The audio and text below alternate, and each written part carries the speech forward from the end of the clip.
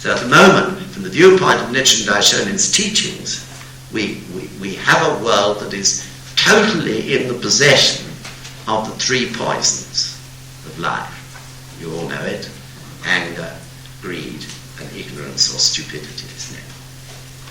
We see the destruction of the environment for the sake of profit, the air polluted for the sake of profit. This is the workings of the poison of greed, and also the poison of anger, the desire to dominate competitively everyone else around you. And then, of course, we see the madness of the race to produce ever more destructive weapons, which there is a glimmer of light, thankful to say, now that human beings are beginning to see their madness, the craziness of it. Many scientists have recently written books, come to the surface, to acknowledge how wrong they were over inventing these weapons of destruction. It's human madness when you think about it, because these very scientists are probably fathers, grandfathers, mothers, grandmothers. They go into the laboratory, say bye-bye to their children, who they probably love deeply, and create a weapon that can destroy them in the future. It's absolute, utter, unbelievable craziness. But that is the poison of stupidity at work, isn't it? Through blindness, human blindness. However, we shouldn't be surprised as disciples of Nichiren Daishonin, because this chaotic, mad period of Mappo was predicted 3,000 years ago by Shakyamuni. A world in a chaotic state, in the possession of the three poisons. This is how he predicted it. Incredible, really. However, out of it, Shakyamuni also predicted, didn't he, that the great pure law would arise. That his pure law will have become of little value, and that a great pure law would arise in this very chaotic age. Well, that's just what we see happening around us. The ultimate truth of the Gohonzon, in other words, will appear. So we need have no doubt that, just as the Gosho says, and I'm always repeating because it's my favourite line, that Kosen-rufu will be achieved as sure as an arrow aimed at the earth can't miss the target.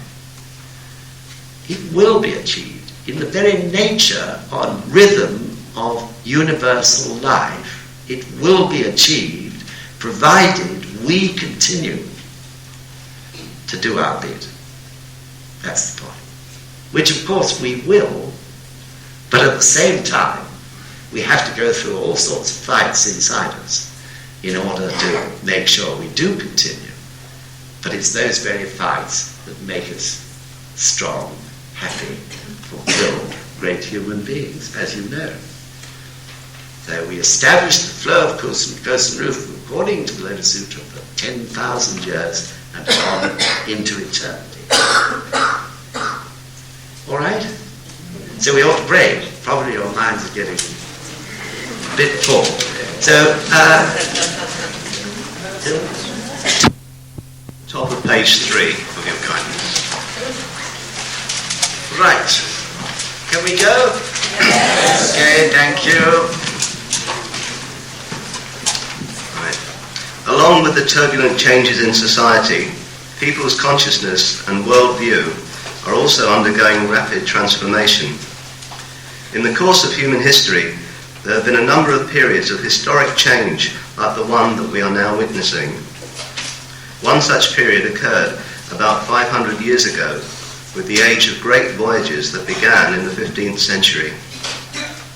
With the discovery of the Americas in 1492, the discovery of a sea route to India in 1498, the circumnavigation of the globe in 1523, and the increasingly frequent forays of European peoples to distant parts of the globe, people's outlooks underwent rapid change.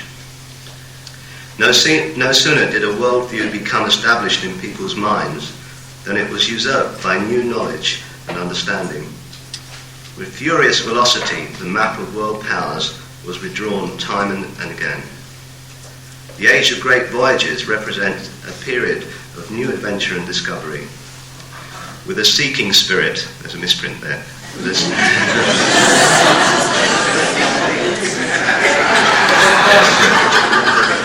a seeking spirit, Europeans set out in search of new lands, probing ever farther. It was a time when new things, new information, new technology, new opportunities, new issues, and new ideas made their appearance.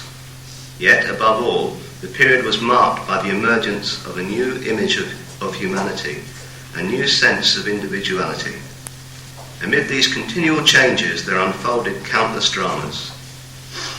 The 21st century will no doubt prove to be a new age of great voyages.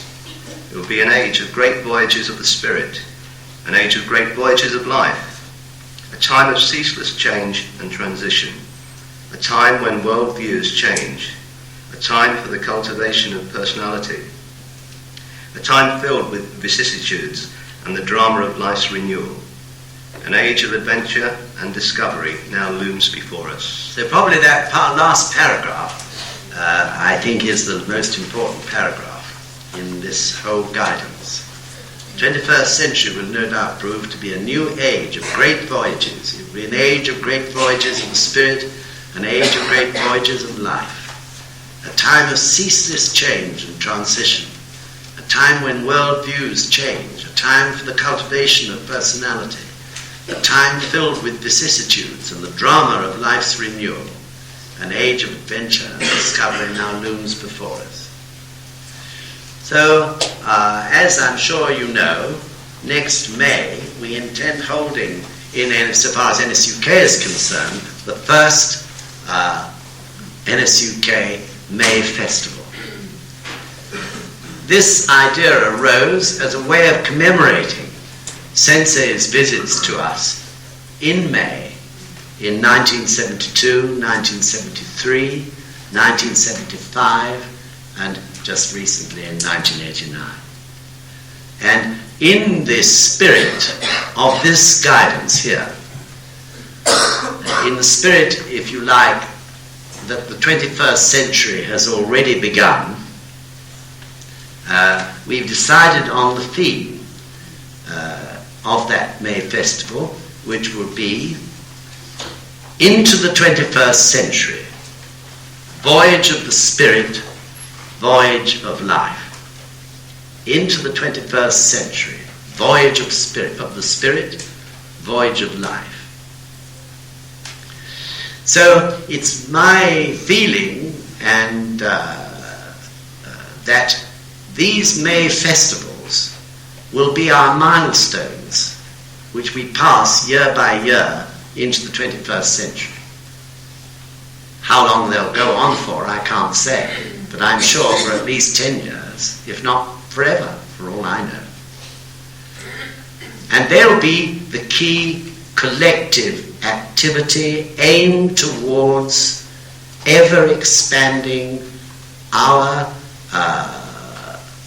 if you like, sounds a rather aggressive word, but our penetration of society through these May festivals. The Tableau Court May Festival will be, of course, the focal main event. But, as you know, on a small but ever-growing scale, I hope we will see May festivals appearing all over the country, in every chapter. So I'm quite sure that the importance of Tableau Court as a focal point of our whole movement in the UK will become clearer and clearer through that first May Festival. All of us will begin to grasp more and more as our understanding unfolds. So this May Festival has to, in in the message which it is putting out be in advance of everything else in our society in Great Britain. Something that is beyond and ahead everything. This shouldn't be difficult, because what the message will be in the end, of course, the message of the ultimate truth of life, which Nichiren Daishonin's Buddhism reveals. That will be the message. So this event, or this series of events in May, will be in the spirit of that slogan we had at our summer courses this year. In other words, everyone, member or non-member, who is in one way or another involved, will feel a fresh spirit arising in them. Will feel, and through that will begin to develop some sort of fresh advance. In the case of us, encouraging ourselves, that will be considerable. In the case of members of the public, it may be less obvious. But nevertheless, I want to see, and I'm sure you do too, that anyone who comes to those May festivals, to any of the events which make them up, will be a different person, even in the smallest way, from then onwards. So certainly everyone who visits Tableau Court must feel this. And I hope everyone who goes to a chapter event, whatever it may be, however the members of that chapter may devise it, will feel the same. A fresh, creative spirit, a determination for the future, confidence in the future, hope in the future, joy because of that. So I don't want to go today, it's not the time to do it, into all the events that will make it up. But certainly, so far, we will tap the cultural, artistic abilities of all our members in creating a whole series, so far as the Tableau Court Festival is concerned, a whole series of events which will take place, say, over a period of a fortnight. Not, of course, all at Tableau Court, but in other venues, not so far distant maybe, and they'll all be linked together under this slogan, and each one, this theme, and each one will give the opportunity for our members to express their full potential in whatever way is particular to them. So, though it'll only be a first step, the May Festival in 1990, it may seem small, but I believe that the effect of them will escalate steadily each year as our membership grows and as our understanding deepens. And of course it will not be only through the artists that perform or whatever. It will not be only through them, but also through the opportunity for the public to meet the members, whether they're doing VCG or Lila, or selling books, or programs, or whatever it may be. This is crucially important. Now, of course, Alice, the musical we put on in 1986-87, was an experiment in a sense. It was an achievement. But the interesting point is that what so impressed people, apart from the actual show itself, which was fantastic, but what impressed them was meeting our lilacs, our VCGs, buying something at the shop, and so on. Seeing members still cleaning down a corridor in the theatre. And it was that spirit that they felt. So through these various events, I hope we shall be able to expand that. So at the same time, of course, we'll be emphasizing the thread, though it may not be consciously understood, the thread of eternal life which runs through everything.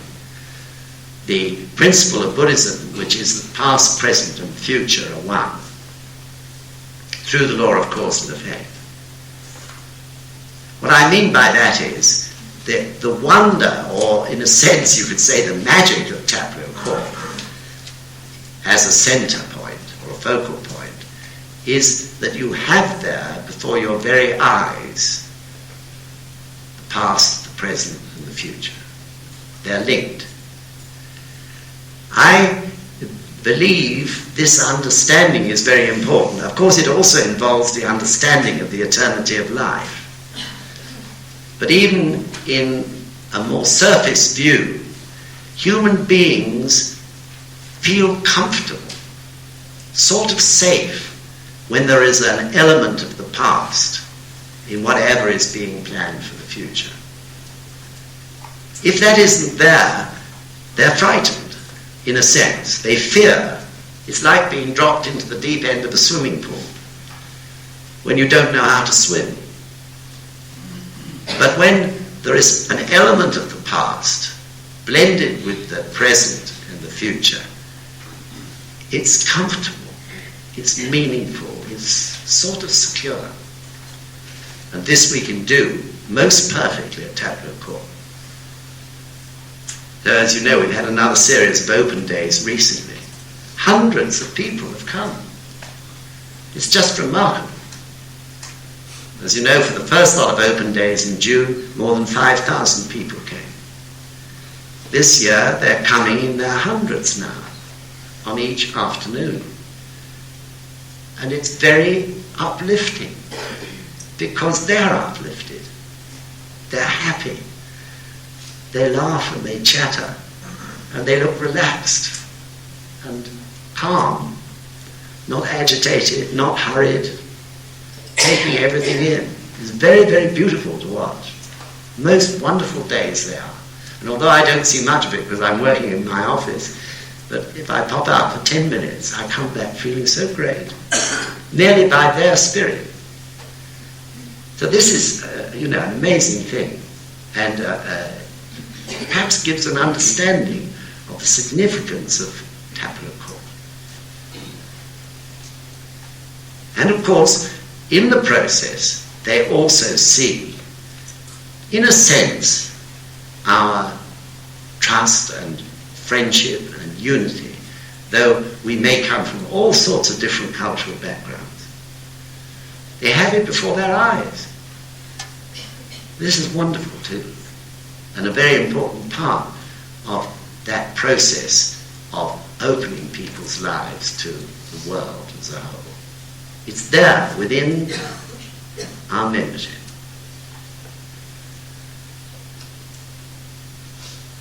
So we've also chosen a slogan for the festival, which is taken from the beautiful, stirring poems which Sensei composed for the opening and the ending of his lecture in Paris, which was held at the Institute of Fine Arts. And in that, he said key words of joy, advancement, youth, and promise. So the slogan for this festival is to be that. In other words, it is an expression of the voyage of the spirit and the voyage of life which we and an increasing number of people will undertake. Joy, advancement, youth, and promise.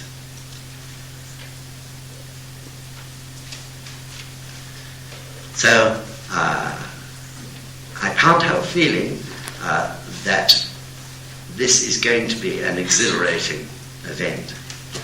And I'm already excited about it, and I hope that you'll get increasingly excited about it as the time approaches. Okay, on we go. can one meet challenges and advance victoriously in such a tumultuous age? The answer to this question can be learned only from history. A person who understands the past also understands the future. This is something that Jose Toda, the second president of the Soka Gakkai, taught and firmly believed.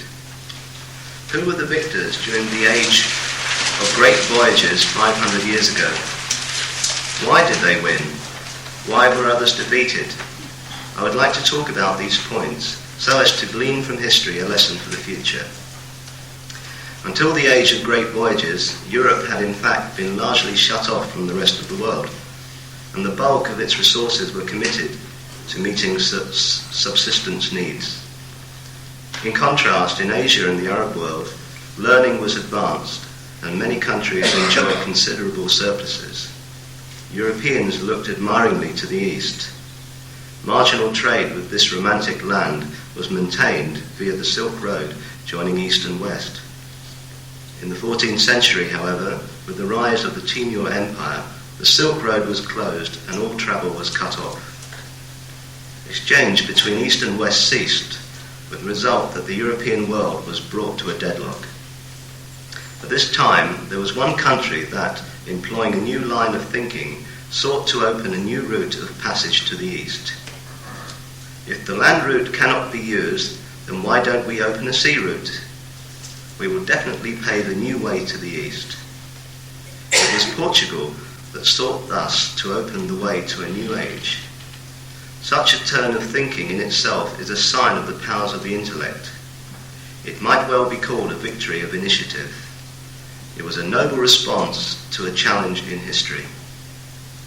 A person who possesses rich wisdom and new perspectives will be able to break through and overcome any difficulty. The mystic law is the source of such wisdom and initiative. I hope you will be confident that there is no difficulty that we cannot break difficulty that we cannot break through with the mystic law, and no deadlock that cannot be resolved. Right.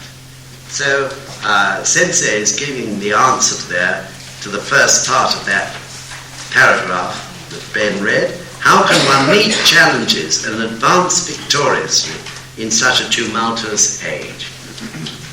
So I think it speaks for itself. And the important thing is, of course, that we need many, many other people to be able to use the weapon, the mystic law, in order to challenge the future.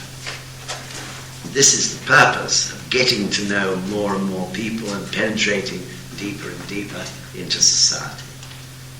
Okay then?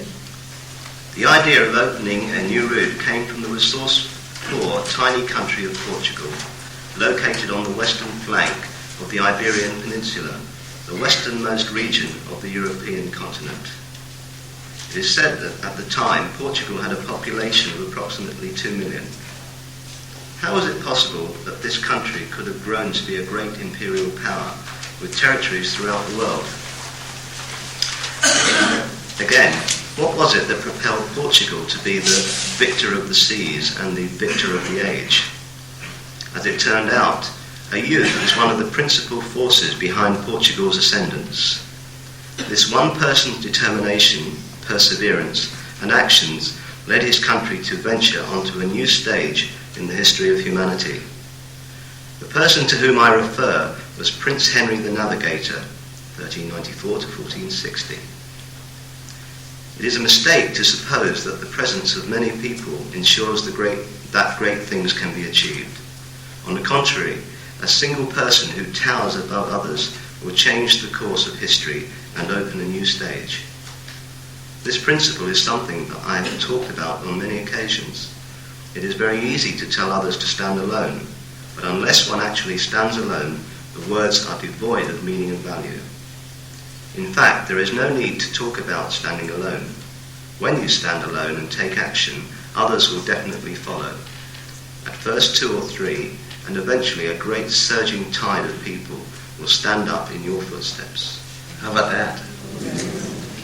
So, of course, Sensei is now bringing this back to the individual, where everything begins. Kosen Rufu in the end is achieved by the individual, by each one of us, standing alone on our own particular path of life. Things like May festivals, Alice, concerts, country fairs, meetings, general meetings, they are to draw us in together where we can encourage each other. But in the end, the whole purpose is that we should leave those events refreshed and stronger in order to go out onto our own path of life and do Kosen Rufu. Isn't it? That is where we do shakabuku, or introduce the teachings to others. That is where we can bring about change for the benefit of everybody around us. That is where someone in an unhappy office, through their practice, their determination and their wisdom and compassion, can change the whole scene. In families, the same can happen, and so on. So the movement for Kosen Rufu is this rhythm of coming together and parting again. You come together here in order to refresh yourselves, to give yourselves new impetus and determination to maybe advance your lives. Then we part and go our own way, standing alone. So it wouldn't surprise anyone, therefore, that standing alone, this principle of standing alone, is the very essence of the master and disciple relationship. And it's what makes the master and disciple relationship in Nichiren Daishonin Buddhism totally different to any other form of master and disciple relation that one's ever heard about. Standing alone, what a strange thing. But that should be the essence of it. So the master and disciple relationship in Nichiren Daishonin's Buddhism is the fact that we have to do Kosen Rufu in our own daily lives, on our own path of life. Therefore we imbibe or digest everything that the master can teach based on his experience of the application of Nichiren Daishonin's teachings to life. We absorb it, and then on our own we can draw that forth again to suit our own particular circumstances and bring about change for the better in our particular field. You follow? So the disciple listens, reads, and absorbs. He also chants Daimoku. All that guidance enters into us and mixes with our Buddha wisdom, our universal wisdom. And then we can draw it forth at will to suit any particular occasion or circumstance in our own particular field of activity. Do you follow? So this is nothing like any other form of master-disciple relationship that one can imagine. The master doesn't direct one in one's own field. It would be pointless. How can he be an expert in yours or my field? This is perhaps what's gone wrong with many other forms of master and disciple relationship. Their total inflexibility, where the disciple just followed in the footsteps of the master, or, as it were, sat under his umbrella all the time. The move of Kosen Rufu is so outward going. So this is the way it works. So this is not always difficult for people in the West to understand, this master and disciple relationship. But that's what it is.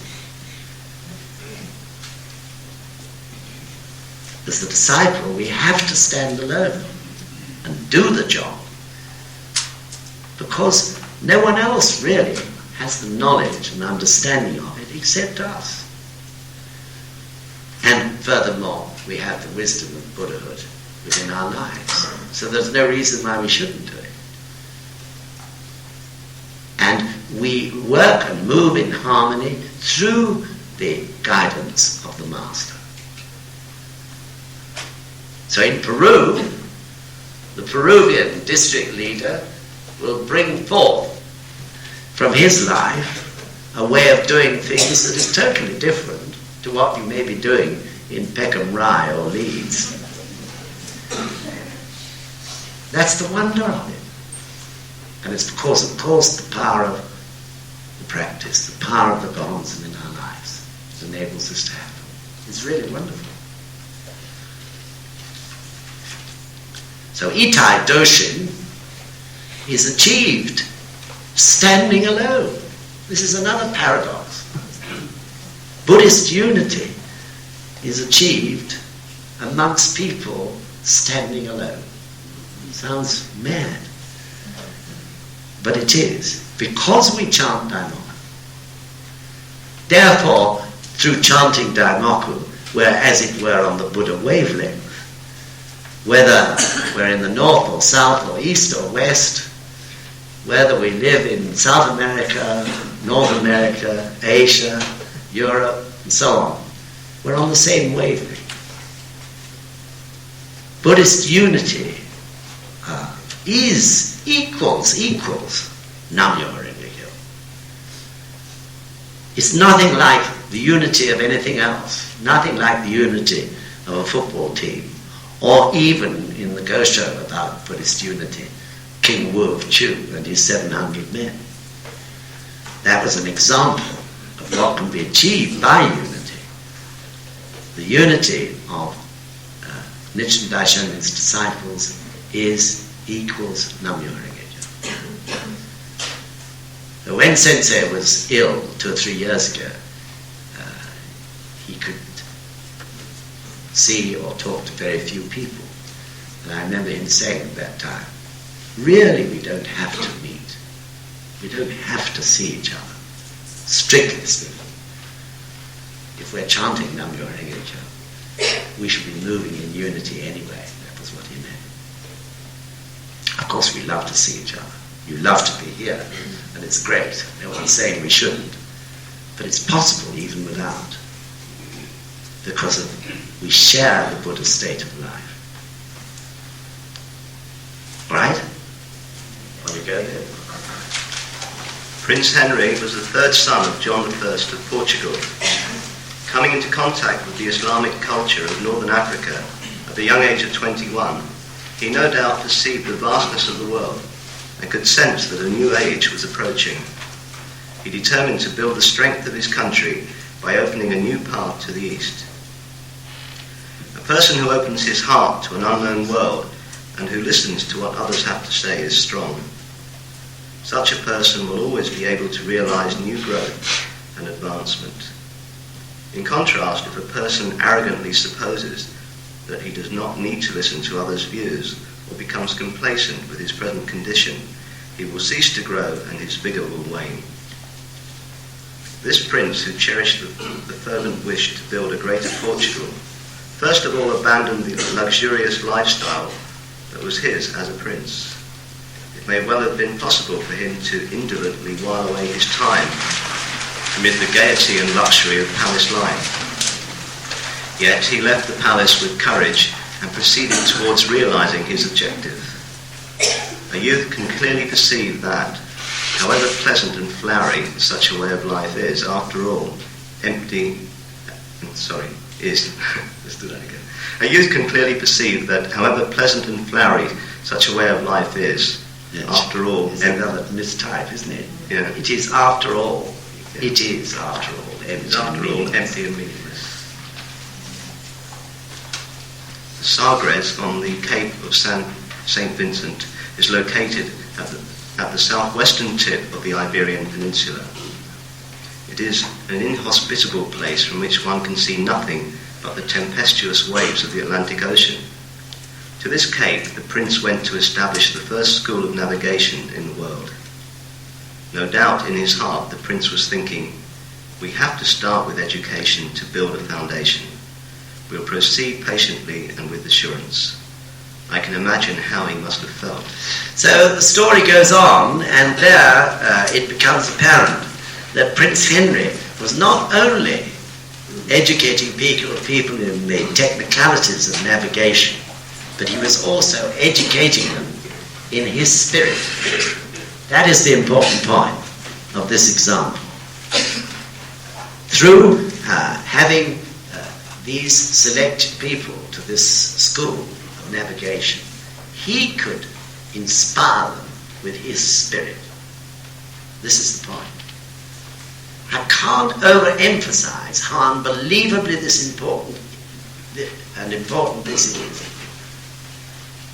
Our task in the future is to educate people in our spirit. That is what all our activities and events, such as the May Festival, will be for. But more important still, that is what our discussion meetings are for. Is this understood? I'm not so sure. Then why isn't everyone going? I'm back on my hobby horse. But you can see the reason for it. They're so important. That's why it worries me so desperately that people are not going. They're delaying, of course, their own advance in terms of the human revolution. They're giving in to their negative state of life. It's the battle to go to a discussion meeting no matter what, which advances and accelerates one's human revolution and therefore one's fulfillment and happiness. I learned this early in my practice,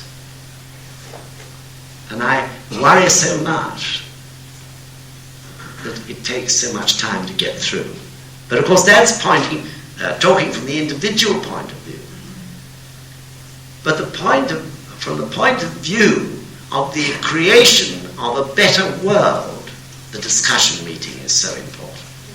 Not only for the individual member to go, but for the great and wonderful meeting that you can create out of that group of people who sincerely, with their whole hearts, chant the Daimoku and desire to help other people to become happy. So, in a way, it's the discussion meeting is far more important than any such event as the May Festival. We use the May Festival to bring people to the discussion meetings and so on. So I really beg you, as a team, as it were, as a great group of friends who come here to Trets, again I have to beg you to really encourage people, everybody, Naitaku member, to come, because they can all contribute something at that discussion meeting. So this is part of the voyage of the spirit in the future. In a sense, you could say that the monthly discussion meeting is, a port of call on that voyage, where we stop and have to take in certain essential supplies and nutriment to voyage on. So the more we can get, the more people we can get to join in this voyage of life, you can see,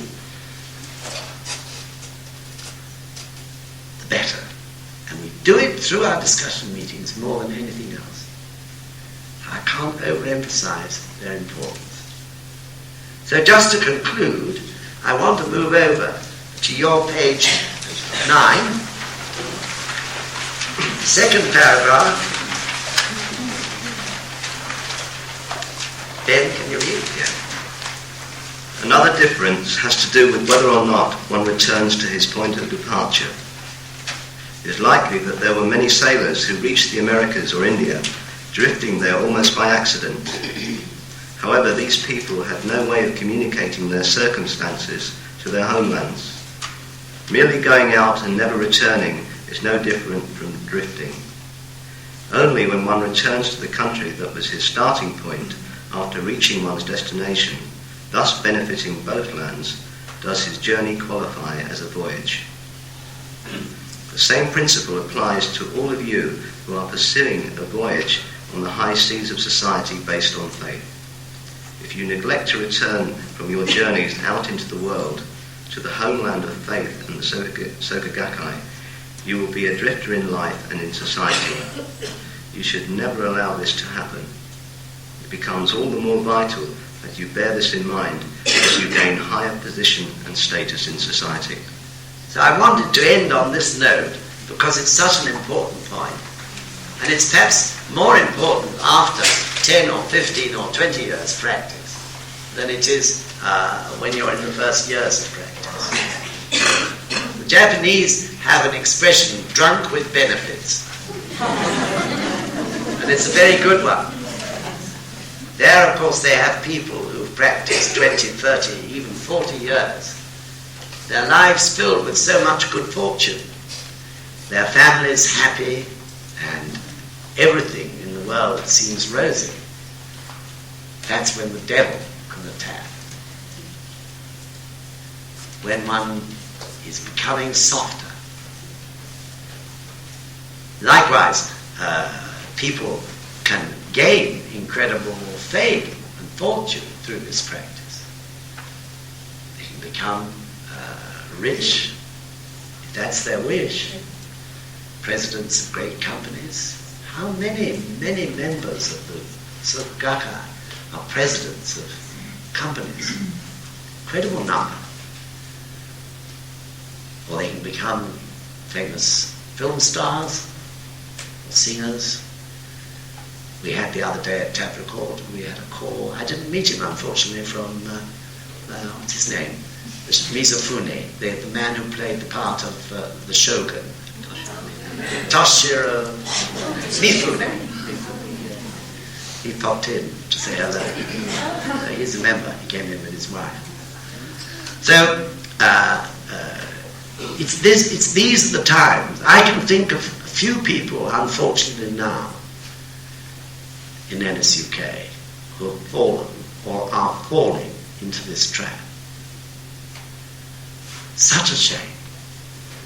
But I can also think of wonderful examples in Japan where people have practiced for so much longer, where you see people who are presidents of companies or banks or whatever, still acting as a group leader or district leader or perhaps a study lecturer and so on, or a guidance, or they have guidance chiefs rushing. They have a tradition of getting as fast as possible to anyone who's in difficulties, and so on. This is great. Or you find that the car that's come to meet you at the station is being driven by someone, one of them who I met had a company that employed something like 3,000 or 4,000 people. That's so wonderful, isn't it? Still serving the gods to the best of their ability. So I wanted to end on this note because it's so important that we watch out for the subtle attacks of the devil in these ways. And of course the other reason it's essential to return from time to time from that journey to base, as it were, is that so much is happening to our lives which could easily mislead us. Things like Sanshashima, changing karma, the human revolution, the devil of the sixth heaven can get at us. We need to mix again with our friends and our members so that they can say to us, can't you see? Sometimes it hurts a bit when they're honest with us, but it's so important. So again, I would ask you, as a group, to remember this. Not so much now, something to remember in the future. Am I getting like that? To cross-question oneself and check oneself, especially as one's benefits grow. Of course, not everyone wants to be rich. Not everyone wants to be famous. That's lucky. That's really lucky.